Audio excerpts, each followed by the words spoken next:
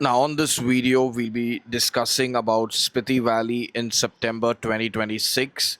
Overall, if you check out on ChatGPT and other AI platforms, they'll all say that September is a very good month to be visiting. So, we'll be deep diving into what is the weather, the road condition, the ideal blueprint that you need, the number of days that are needed to go to every nook and corner of Spiti Valley in September, and what are the places that you should be visiting, the things that you need to be carrying, and most of all, what is the budget, and if the rain is going to create any kind of trouble for your trip to Spiti in September.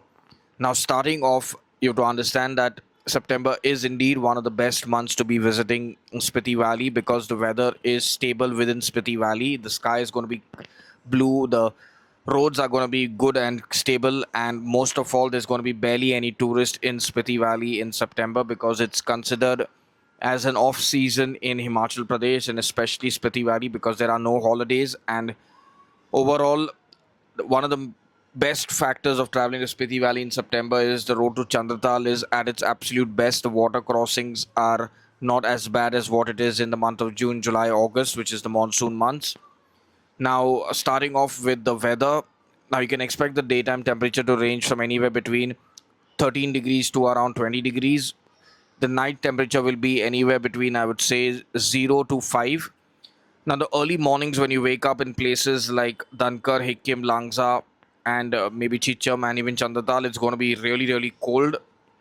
So, if you are someone who doesn't like the extreme cold weather, then plan your trip in the first half of September. The second half of September is when it is going to get really cold in Spiti. Now, the places that you should consider visiting by default, I would say staying a night along this journey is one is at Kalpa, which is pretty much the most hyped place on this Kinnaur circuit currently. Chitkul is another very good village that you should stay, but Chitkul is extremely windy and the road is extremely narrow. So make sure that if you're planning on staying at Kalpa and at Chitkul, you need a minimum of 9 nights or 8 nights minimum for this trip. Then another interesting place to stop and stay at is Nako, which has a lake and the village. And remember that these are three villages in Kinnaur Valley. Even though Nako will give you the feeling of being in Spiti with the brown rugged mountains, it is actually still Kinnaur. It is one of the transition villages. In Spiti Valley, you definitely need to stay at Tabo, Dankar, Langza, Chicham, and I would say most of all stay at Chandratal in the month of September if you can endure the cold. I would personally say it's no point staying in Kaza because Kaza has barely anything to offer from the real travel point of view. If you are a person who prioritizes comfort in the room in terms of I would say a fancy bathroom and a bed, then stay in Kaza. But if you are traveling to Spiti Valley for the real authentic experience of Spiti Valley, then stay, I would say, in villages like Dankar, in places like Langsa and maybe Chicha Mokibar, where you'll get a real authentic homestay where you can live 24 hours with the villagers and get a first hand feel of what their life is and what life in Spiti Valley is. Now, the road condition to Spiti Valley is very good. It will be raining along the Shimla Kinnaur routing and in Manali, but that rain is not going to be very intense. This year, the rain has not been as crazy as what it has been in the last few years in Himachal Pradesh. So, even the landslides and the road blockages, what you see, and if they when they're telling you it is in Lahore and Spiti Valley, please understand that Lahore and Spiti Valley are extremely big, is an extremely big district. So whatever they are discussing is not along the tourist belt. It is more in remote parts near Udaipur and all of that in the Lahore side. But in Spiti Valley, other than at Maling Nala, which is just after Nako, there is no real issue as such. Regardless of all of this, things can anytime go bad because this is the Himalayas and the environment is extremely fragile. So keep a banker day when you're traveling to Spiti Valley in September. And by a banker day, I mean do not plan a 5 night, 6 day, or a 6 night, 7 day trip. Plan for minimum 8 nights, 9 days. So in case you get stuck somewhere, you can still do the entire trip by maybe altering your stay in either of one of the smaller villages like Dankar or at Chicham. But this way, you do not end up missing any part of your journey because if you're planning a short trip and you get stuck at Nako because the Maling Nala is blocked, your entire trip will end up getting curtailed and then you'll have to just return back by seeing maybe just Tabo and Kaza. Hence, plan for minimum 8 nights, 9 days or longer in the month of September. If you're planning on self-driving or going on a biking trip to Spiti Valley, the month of September again is very, very good. Like I mentioned, the road conditions are good, the water crossings are not much, and there's very, I would say, 0% chance of snowfall within Spiti Valley. The most likely place that you might encounter snow is at Kunzum Pass, because that's the only place where the snow will start early. In case it does, that will also be by the second half of September, mostly after the 15th or the 20th of September. But till then, it shouldn't. And even that is, I would give it a 3% chance of snowfall in that region. Now, when it comes to what you should be packing, you have to definitely pack your woolen clothing. You need your thermals, you need your jackets, you need a very good pair of shoes, you need UV protected sunglasses, and make sure that you're carrying a sunscreen of minimum SPF 50 and above, because it can get really harsh in the months of September. Along with this, remember that a lip balm is the most vital and most important part of your entire toolkit, because otherwise your lips will get dry and they will start bleeding. Do not travel to Spiti Valley without having a beanie and gloves, because it can get extremely windy and your eardrums will start to hurt. Carry a power bank, because electricity fluctuations are possible anytime and you do not want to be stuck without network on your phone. And if you're someone who's going to Spiti Valley to write postcards, make sure that you're buying them before you reach Sikkim, because otherwise you're going to waste a lot of time just standing in the cold or sitting in the cold and writing postcards. Carry a good pen that will work even in cold weather. Ideally, a ball pen is the best. Do not try carrying gel pens, because they end up sometimes splitting because of the extreme cold or getting stuck. Apart from that, network is very good in Spiti Valley, so you do not need to worry. But working with that network is a big task unless you're just doing calls. But for any kind of internet usage, it is a hit and miss, because if you're trying to upload videos or heavy duty files, that's going to take really long. But Geo and Airtel are the two best networks that I have found in Spiti Valley that work well. A combination of both will keep you connected throughout the entire journey. Now remember, Spiti Valley is at a high altitude place, so by default you need to keep yourself well hydrated. Drink a minimum of 2 to 3 liters of water per day. Do not drink anything less than that, otherwise you're going to end up feeling really, really sick with acidity. Apart from this, one thing that everybody has to know while traveling to Spiti Valley is that do not come with a precept mindset that you're going to end up falling sick because your friend or somebody you read online or some influencers told you you're going to fall sick. That's not the case. Each one's body is different. And if you're gradually ascending and you're planned well for your trip, you're not going to end up falling sick, because if you're planning a rush trip, imagine starting from Delhi where it is extremely hot and then going straight to Kalpa and the next day going to Kaza. That's going to be a recipe for disaster, mainly because your body needs rest and you've been just sitting in the vehicle every day for anywhere between 8 to 12 hours or longer, and that's really, really backbreaking. Hence, plan a slow, relaxed trip in the month of September. Now, if you're someone who's planning a road trip to Spiti Valley in September, we do have trips happening. You can click on the link in the description, go to our website, and directly book from there, or connect with our sales team who will guide you through the booking process. Now, if you have any personal queries related to Spiti Valley, then please do not contact us. You can just directly leave a comment in the comment section below this video, or if you want to end up getting in touch with us, it's a paid consultation fee that you'll have to spend, which you'll have to go to our website, book the consultation, and then one of our travel experts will get on a phone call with you. But we do not end up giving free advice, because that's not in our domain. Please understand. For that, you can go to our website and read all the blogs that we have. We have over 100 blogs for Spiti Valley. You can go and find your own solutions.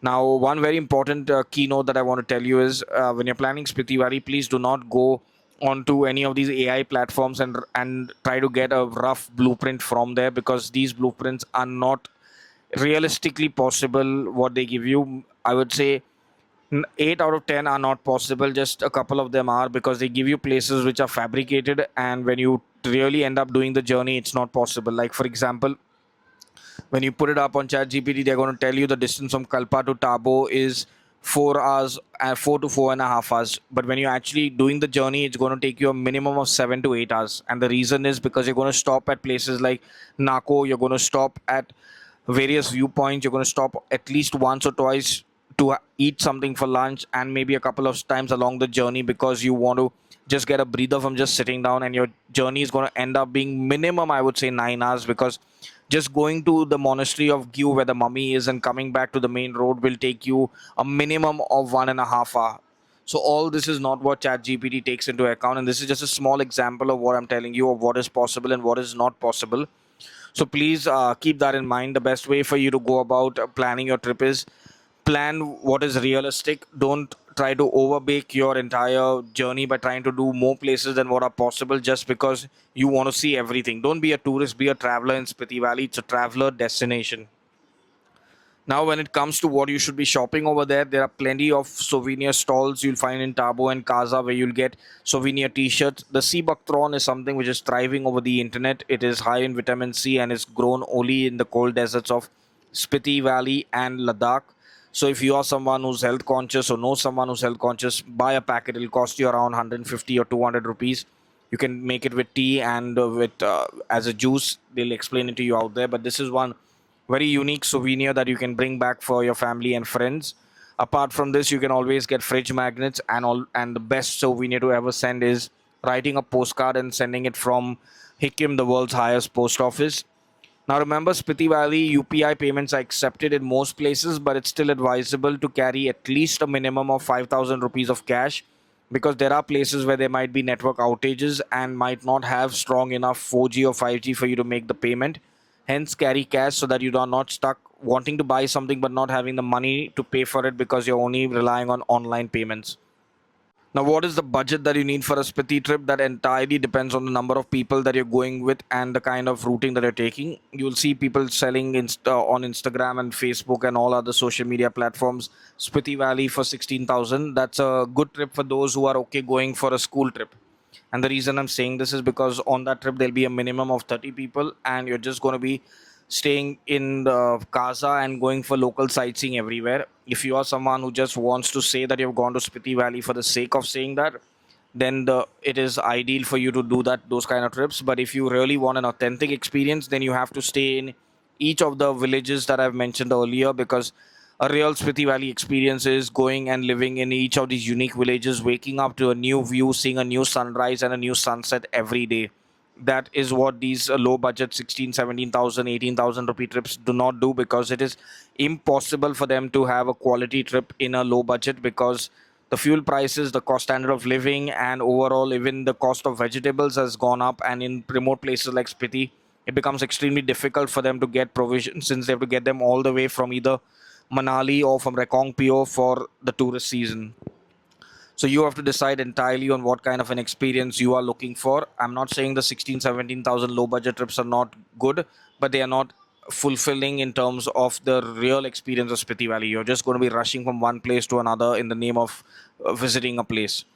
Now, finally, the last part is, what is Spiti Valley famous for in the month of September? The night sky. If you're going to go to Spiti Valley on a no moon night, by default, you're going to get to see the entire galaxy from with your naked eye, and that is only possible in villages like Dankar and Langza, because these are the two villages, and I would say Chicham and Kibar, where the ambient light is pretty much zero, and they're at such a high altitude that the night sky is as clear can get, because there is absolutely no pollution, no nonsense in these villages. So if you are planning Spiti Valley, make sure that either Langza, Dankar, Kibar or Chicham, these are four of the hotspots that you should be visiting on a no moon night to see the entire galaxy and shooting stars with your naked eye. You do not need anything. You'll be able to click the night sky with your phone camera, regardless of which phone you have.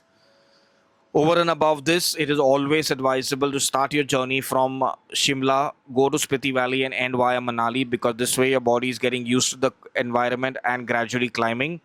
And do not even try consuming alcohol every day on your trip. It is not at all recommended, and I would personally say drinking more than a couple of pegs every day is going to be a recipe for disaster. Likewise, smoking one or two cigarettes is also not advisable, because the lack of oxygen causes it makes it extremely difficult for people to breathe. So if you're someone who is addicted to vices, then make sure that you have some kind of restraint before you get there, otherwise you're going to create problems for the other co-passengers or co-travelers in your group. If everybody is smoking and drinking, then so be it, but have somebody who's sane in the head, because if someone falls sick, you'll have to go to the medical center. And in Spiti Valley, there is only one medical proper center in Kaza. The rest are all small dispensaries in Tabo and in other villages. Apart from this, when you're going to Chandratal, stay the night in one of the camps, but book it in well in advance, because Chandratal sometimes ends up getting booked well in advance. So make sure that you've done your booking in advance, and do not travel to Spiti Valley expecting to get the service and the luxury of Ladakh. This is not what Spiti Valley is about. Spiti Valley is about a raw, rugged experience. But make sure that you go there with an open mind, and I would say you'll have an experience of a lifetime if you do that. Now, till our next video for Spiti Valley, remember, cover the earth before it covers you.